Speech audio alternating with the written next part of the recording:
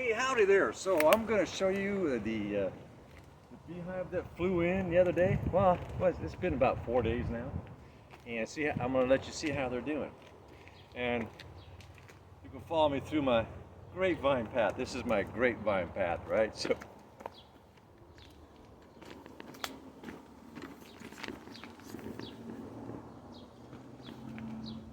So as I walk down my grapevine path, I just love walking down this path.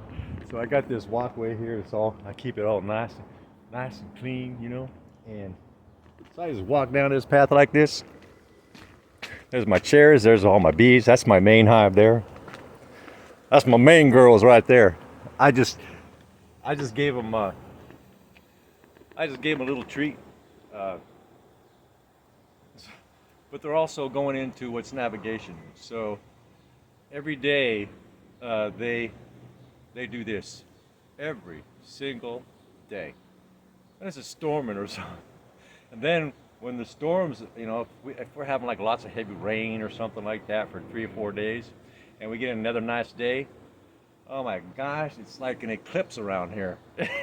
It's like, yeah, somebody turned out the light of the sun. And yeah, it gets dark because they all come, you know, all those days that they weren't able to navigate, they all kind of come out at once. Yeah, and they all come out around the same time, so about 4-ish every day, about 4. So what time we got here? Wake up watch. Oh, my watch is still asleep. I didn't wake it up today yet. I haven't needed it, so watch. Wake up watch. Oh, there you are. Oh, it wants to shut off? Well. There you go. Yeah, so it's almost 5 o'clock. It's almost 5 o'clock, and they're navigating. So, I'm gonna say another thing about these girls. These girls are very late bloomers. In the morning. They don't get up in the morning. They're like me. Unless I got something that I need to get done at a certain time in the morning. Yeah, I'll lay there and chill. You know? Get all the rest that I can and pop up and do my morning workout routine and then start my day. Yeah, these girls do the same thing. I'll come out I'll do all my things, and I'll come out here and, sometimes it's 11 o'clock in the morning. And they're just barely moving around. Just a few of them coming in and out. I'll come in at 10 o'clock. There's nothing coming in and out. 9 o'clock, nothing. And but around 12, 1 o'clock, and particularly at 1 o'clock. So 1 o'clock, oh man, they're busy like that. They start to look like that right there. Really busy. So they like to sleep in like I do. They take after their master. If he's gonna sleep in, let's sleep in. Do they think like that? Well, you decide. I already have. And so, yeah, they're navigating right now. This place that I'm sitting in, this is their trajectory path. And if I ain't paying attention, if I'm not paying attention, they will fly right in my face, and if they land on the hairs of my eyelashes like they did about 3 days ago, they'll sting. And I got stung right in the corner. So she landed in the corner of my eye, and she ruffled around in those hairs in the corner of my eye. She moved from the hairs and stung me. It almost happened like a second. She landed on the hairs, moved just briefly, just to get on the skin, I guess, and she stung that fast. She didn't mess around. So when they feel hairs, their instinct is to sting as quickly as possible. She couldn't even help it. It's just instinct. Poor girl. It was my ignorance. I took my eyes off the ball. I was looking down at my phone, responding to a family member, and she came from a blind side and she hit right there and stung me. Pay attention, man.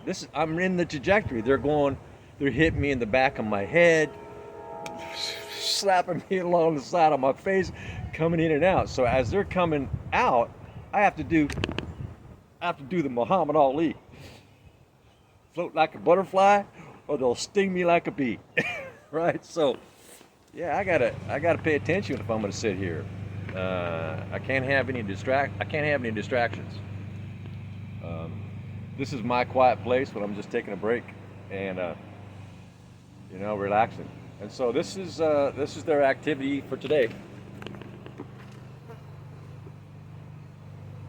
If I stood in front of that hive for just about 5 seconds, when I turned around earlier, I was feeding those girls up there. I was giving them some food. Gives them energy to start building that hive. So that's the hive that I caught 4 days ago or so. I was just sitting right here, and there was a couple girls up there checking out the hive like they were. They were checking out that hive there. They were checking out those over there. I have a baited nuke that I have in a cherry tree in my front yard about, I don't know, 50 yards away, 60. They were checking out that one. For 3 days, they were checking out all of them. And so the day that they flew in there, I saw a couple girls flying around up there, and all of a sudden there was no bees. I thought, oh, I guess they're not going in that one. Geez, maybe I won't get that. I won't get a swarm, right? And so just sitting here chilling, and all of a sudden there was like 6, 7, 8, 9, 10 bees, and they're just like more and more and more. And I looked to my right because I heard some noise, and there was, the best way I can describe it, I'm sitting right here, and they're coming right between that entryway, so you can see that it's just really narrow for them to come through there, right? So they're up in the air, and there was this small ball in the front, and then a bigger ball in the back, and then there was like this really huge one that you couldn't even see that big tree, because they were in the way. And so they were coming right at me between the grapevine here and the cherry and the peach tree. They were going right through this little cavity to get down in here, to hover, to get up in there. And that's exactly what happened. And I saw that coming. I said, oh, I think I'm out of here. Time to go. I better go grab my phone. So I got up, realized what was happening. I don't know, a second or so. Second one was almost too long. They were coming, and they were coming. You know, things when they're flying, they got a path, and where they're going, it's going to get there pretty quick. And so, grabbed my phone, and I started recording as I was coming through this area. Here, I started recording because they were still up in the air coming in, and I got all that, man. That was so exciting. That's the first swarm I ever caught. Right?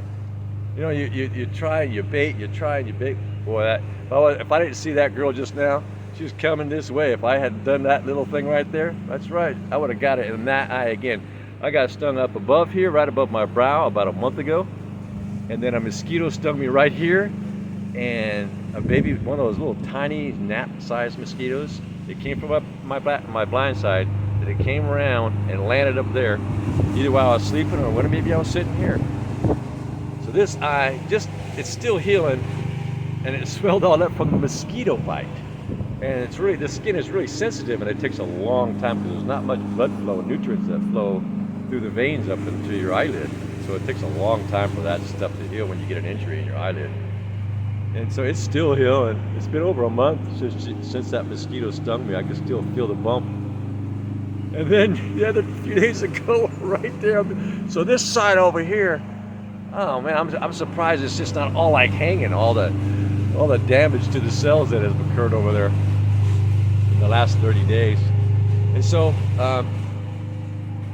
yeah, the hive. So when a swarm comes in, sometimes they'll just use that box as a temporary box. Okay, yep, I see you. And they'll just use that as a temporary box. And because if they get in there and they just, I don't like this, they'll be gone the next day. It's usually like a Motel 66, and they're gone the next day, right? And so I checked on it every day just for my own satisfaction. Are they still there? Just knowing that that's something that they do. And so, yeah, this is day 5, I think. So I think on Wednesday or Thursday, I'm going to take that out of the tree. If they're still there, I think they're going to still be there. They seem pretty hunkered in now. And there's 6 frames in there, and I put comb, little square combs on either corner, so they can build out the comb really fast, and she can start laying really fast. And they can start putting honey and pollen really fast within a few hours. So she was probably able to start laying. I don't know. Once she got in there and built comfy after about 3 days, she probably had places to lay eggs. Because when they leave their previous hive, what they'll typically do is they'll fill up there's little pockets, and they'll fill that stuff up with all kinds of stuff, honey, nectar, pollen, bee bread, all that stuff that they're gonna need, and so the whole shebang, and then they'll vacate all loaded up, and so when they get into their new location, they've got all these resources with them. It's kind of like carrying a carry-on bag. Go on a flight, you have a carry-on bag. Oh, each one of them have a carry-on bag. So and they get right in there and they start building within minutes. Actually, they'll start. Okay, I saw you. They'll start building. Yeah, so you got to pay attention. These girls still got their guards up, and they'll sting me in a second if I'm not paying attention. I gotta make sure I'm ready to put my shield up. Because sometimes they'll just buzz me like, "What are you doing sitting there? I've never seen you there before," because I don't sit here, all the time. They're going past, they're going right past this direction, when I'm not here, and they're going in and out, and all of a sudden there's a structure there, and this structure's moving around, and I don't like you in my path. I'm gonna sting you to get you out of there. So I gotta really keep my head up and pay attention. So what I'll do is I will take that hive up there and put it in that one.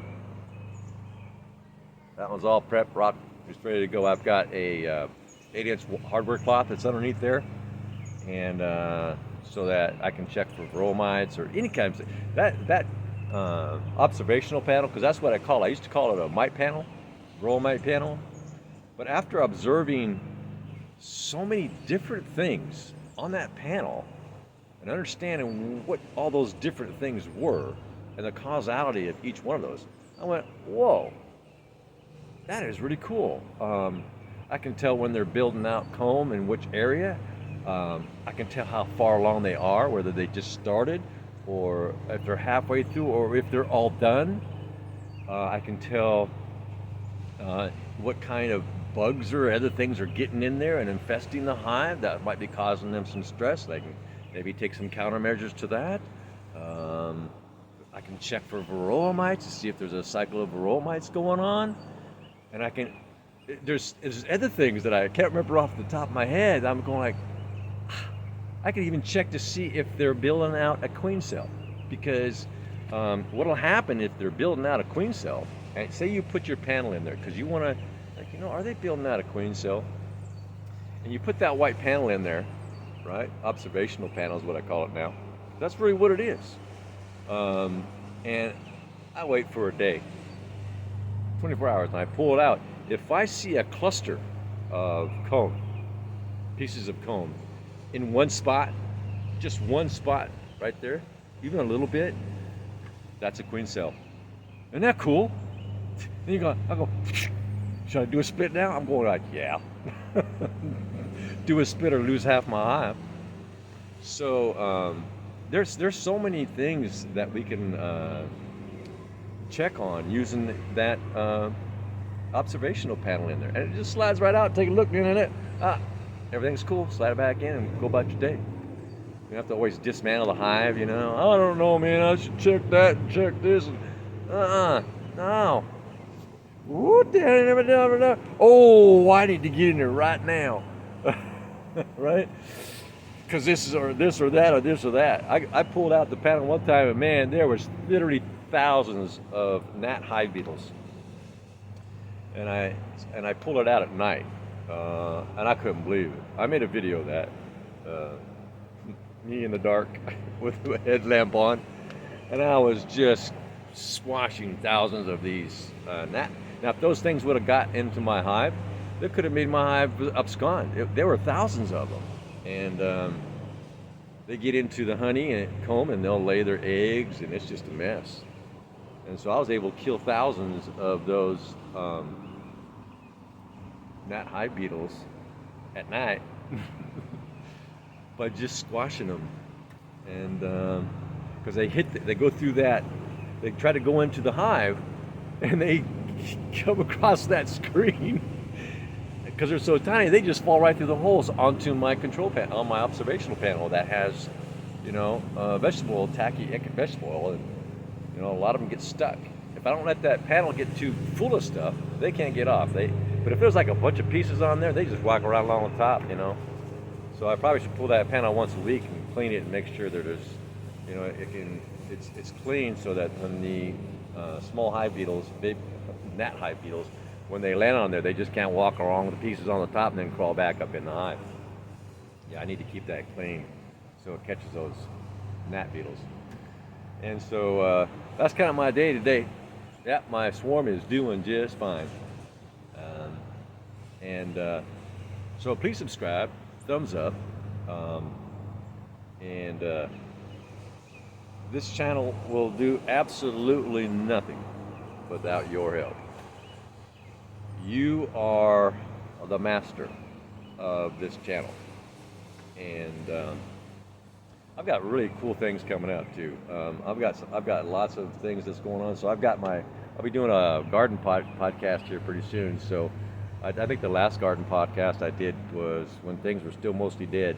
It was wintertime, come in early spring. So those are my blackberries up there, and so my older bee videos, there was nothing there. There was just sticks sticking out of the ground. And now they're all flower, and my bees are bringing in blackberry pollen and nectar. And so they're going to be filling that super with blackberry flavor.